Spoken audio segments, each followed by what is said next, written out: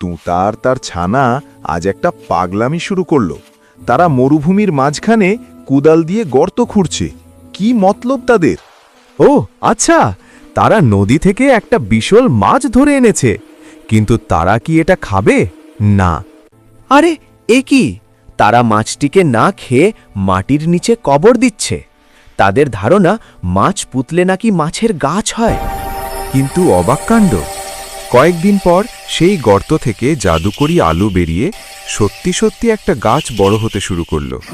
ওমা, এ তো সাধারণ গাছ নয়। ভালো করে দেখো, এই গাছের ডালে ডালে ফলের বদলে ঝুলছে জ্যান্ত সব মাছ। তোতা আর তার ছানা তো মহা খুশি।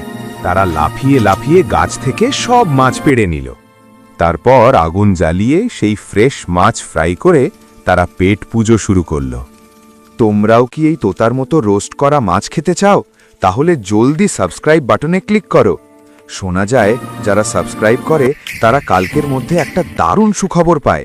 তো দেরি কেন?